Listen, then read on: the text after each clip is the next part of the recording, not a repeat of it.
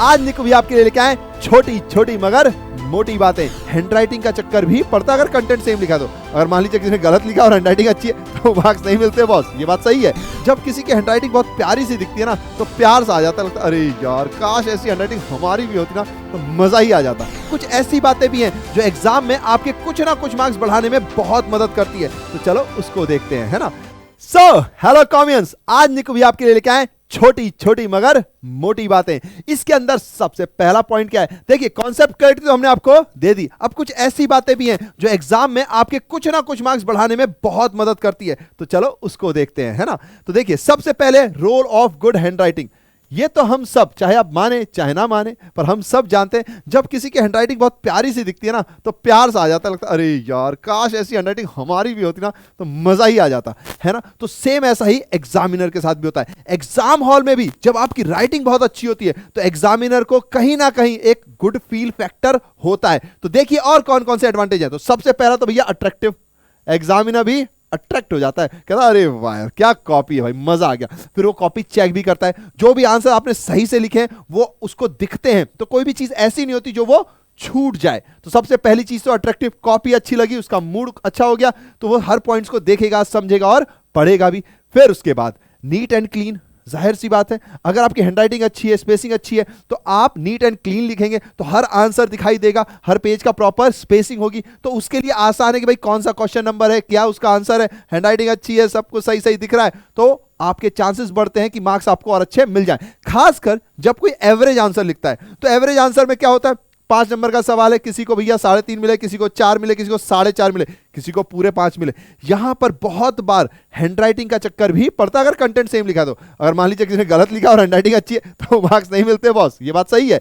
लेकिन अगर मान लीजिए किसी को 4 और 4.5 का अंतर है, वो हैंडराइटिंग की वजह से ही पड़ता है मोस्टली, अगर दोनों के पॉइंट सेम है तो। और ये बहुत बार होता है, आपने फील भी किया होगा यार मैं लिखता हूं तो मुझे इतने मार्क्स दे रहे हैं, फिर हम क्या सोचते हैं अरे यार ये टीचर का फेवरेट होगा, ये होगा वो होगा। कई बार इसमें हैंडराइटिंग का भी रोल है, तो ये हमें ध्यान देना है। फिर अगर आपने attractive neat and clean handwriting रखी तो यकीन मानिए ये कहीं ना कहीं साइकोलॉजिकल एडवांटेज देता है, क्योंकि एग्जामिनर को इन्फ्लुएंस कर देता है वो 0.5 मार्क्स देने के लिए। और अगर 0.5 मार्क्स एक्स्ट्रा मिल ही रहे तो हमको ही मिले ना भाई, क्यों हम किसी और के पास जाने दें। तो इसके लिए क्या जरूरी है, हैंडराइटिंग अच्छी होना जरूरी है। अब पॉइंट ये आता है भैया हमारी हैंडराइटिंग तो नहीं है अच्छी, तो अब हम क्या करें। तो जाहिर सी बात है कोशिश कीजिए कि आप इतनी हैंडराइटिंग लिख सके कि सामने वाले को समझ आ जाए।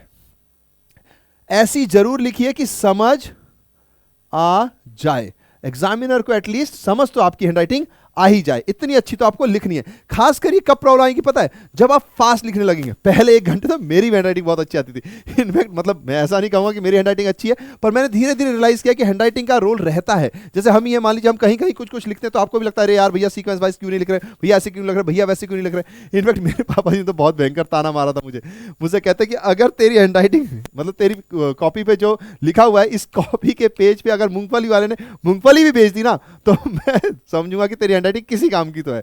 इतना खतरनाक ताना खाया मैंने। तो जाहिर सी बात है हैंडराइटिंग का बहुत असर पड़ता है, एक्सपीरियंस के साथ बता रहा हूं मैं।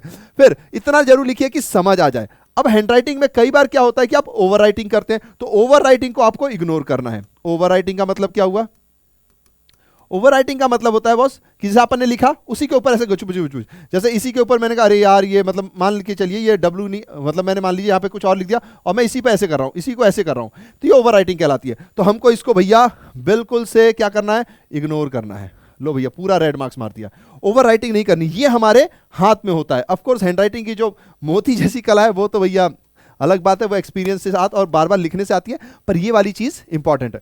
दूसरा, आपको लिख लिख के प्रैक्टिस करनी है, क्योंकि पहले 1 घंटे ना थोड़ी हैंडराइटिंग अच्छी हो जाती है और आदमी भी नीट एंड क्लीन रखता है, लेकिन धीरे धीरे जब एग्जाम प्रेशर बढ़ता है, 1.5 घंटे 2 घंटे होते हैं, उसके बाद तो सर्र करके घसीटा चलता है, तो उस टाइम भी हैंडराइटिंग का बहुत बड़ा रोल है। तो कोशिश कीजिए कि जितना हो सके खुद से लिखने की प्रैक्टिस कीजिए 1.5 घंटे 2 घंटे, ताकि आपकी हैंडराइटिंग अच्छी होए। हाँ ये बात सही है कि भैया हैंडराइटिंग ही अच्छी करते रहे, कॉन्सेप्ट नहीं बनाया तो भैया सबको पता है मार्क्स नहीं मिलेंगे।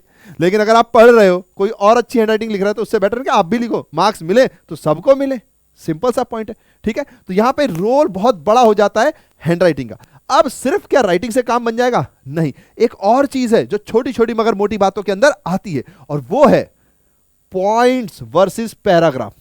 आपने भी देखा होगा है ना, मेंटली आपने भी फील किया होगा, साइकोलॉजिकली क्या होता है जब बहुत बड़ा क्वेश्चन होता है पूरे पैराग्राफ में, तो हम इरिटेट हो जाते हैं, अरे यार ये पैराग्राफ में क्यों आ रहा है, छोटे छोटे क्वेश्चन क्यों नहीं आ रहे। सेम यही एग्जामिनर के साथ भी आता है। तो पॉइंट्स वर्सेस पैराग्राफ में हमेशा पॉइंट्स को चूज कीजिए। किसको चूज करना है अपने को? पॉइंट्स को, यानी आंसर्स आपको पॉइंट्स में लिखने हैं। पॉइंट्स में क्यों लिखने हैं भैया? क्योंकि इजी टू अंडरस्टैंड है, पॉइंट्स में लिखा रहेगा, प्रॉपर स्पेस रहेगा तो समझने में आसान होता है। तो एग्जामिनर देखेगा, पढ़ेगा और उसको समझ में आ जाएगा।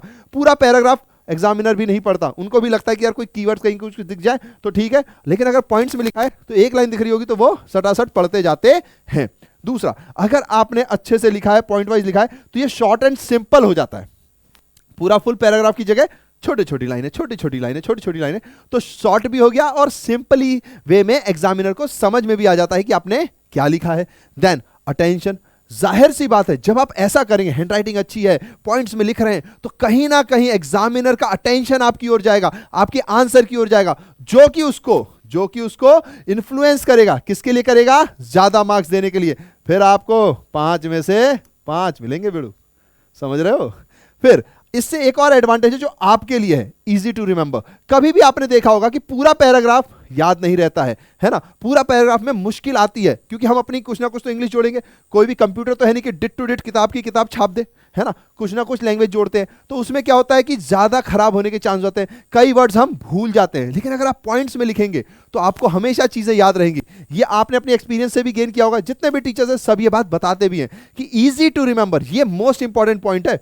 ये वाला पॉइंट जो है ये मोस्ट इंपॉर्टेंट पॉइंट है। तो अगर आप पॉइंट्स में लिखना शुरू नहीं किया तो प्लीज इसे कर दीजिए, क्योंकि इसमें आपको बहुत अच्छा एडवांटेज होगा, याद रखना भी आसान हो जाता है। इतने सारे एडवांटेज हैं पॉइंट्स में लिखने के। अब पॉइंट ये आता है कि भैया पॉइंट्स में तो हम लिख रहे हैं, लेकिन कुछ और भी चीजें हैं, जैसे कि हाईलाइट करना। हाईलाइट करने का मतलब क्या हुआ कि अगर आपने कोई आंसर लिखा है तो उसको ऐसे डब्बे में हाईलाइट कर दीजिए, या फिर कोई कीवर्ड है जो कि बहुत इंपॉर्टेंट है तो उसको भैया जी ऐसे अंडरलाइन कर दीजिए। ये बहुत जरूरी चीज है। देन आपने अंडरलाइन कर दिया, हाईलाइट कर दिया। अब कई बार क्या होता है कि कुछ ऐसे वर्ड्स होते हैं जो जिसमें हेडिंग्स आती हैं, जिसमें क्या आती हैं? हेडिंग्स आती हैं। तो हेडिंग्स हमेशा कोशिश कीजिए कि एनसीईआरटी की ही लिखिए, हमेशा कोशिश कीजिए कि एनसीईआरटी की ही हेडिंग्स लिखिए, क्योंकि अगर आपने हेडिंग्स एनसीईआरटी की लिखी है ना, तो जब हम थे स्टूडेंट या हमारे जितने भी स्टूडेंट्स हैं उन सब ने ये देखा है कि लेट सपोज अगर मान लीजिए कोई क्वेश्चन 4 नंबर का है, आपने अगर 5 हेडिंग्स सही लिखी हैं जो एनसीईआरटी से मैच कर रही हैं, तो वो यहां पे 3 नंबर भी दे देते हैं, आधे आधे भी नहीं, कई बार 3 नंबर दे देते हैं। और अगर आपकी हैंडराइटिंग मैच नहीं हो रही है, बहुत ज्यादा लिखा हुआ है, तब भी वो 3 ही नंबर देते हैं। अब हेडिंग आपने मतलब हैंडराइटिंग नहीं, हेडिंग अगर मैच नहीं हुई तो अब मान लीजिए किसी ने 4 शब्द लिखकर 3 नंबर कमा लिया, आपने पैरा पैरा लिखकर भी 3 नंबर कमाया, तो प्रॉब्लम आ गया। तो हेडिंग, ये भी इंपॉर्टेंट पॉइंट्स है, इनको भी मैं जरा पिंक से टिक करता हूं। हाईलाइट कीजिए ऐसे बॉक्स बनाकर आंसर्स को, ठीक है, सही से। फिर कीवर्ड्स हैं तो उसको अंडरलाइन कीजिए, या उसको भी बॉक्स बना सकते हैं पेंसिल से। देन कोई भी हेडिंग है तो उसको एनसीईआरटी से रिलेटेड ही रखिए, जो एनसीईआरटी में हेडिंग है वही लिखनी है बॉस अपने को, तो क्योंकि अपने को तो सारे के सारे मार्क्स चाहिए। इसमें तो अपन क्या है, वो कहते हैं कंजूस है बिल्कुल, 1 मार्क्स नहीं कटने देना है, ठीक है। तो ये छोटी छोटी मगर मोटी बातें हैं, इसको भी ध्यान दीजिए। कॉन्सेप्ट क्लैरिटी हमने दी है, पढ़ा तो हम सब रहे ही हैं, लेकिन कुछ ऐसी चीजें भी होती हैं जो 95, 98 नंबर में या फिर 85, 91 नंबर में डिफरेंस क्रिएट करती हैं, और वो होती हैं पॉइंट्स वर्सेस पैराग्राफ और आपकी हैंडराइटिंग, ऑफ कोर्स। लेकिन राइटिंग से ज्यादा कंटेंट पे भी ध्यान देना है। और अगर आपकी एवरेज राइटिंग है तो कोई दिक्कत नहीं है, पर अगर बहुत खराब है तो प्लीज थोड़ा सा तो वर्क इस पर कीजिए। और इसके वर्क करने के लिए एक ही चीज है, लिखते रहिए, लिखते रहिए, लिखते रहिए, ठीक है। फिर मिलते हैं बाद में, तब तक हैव स्माइल्स, स्प्रेड स्माइल्स।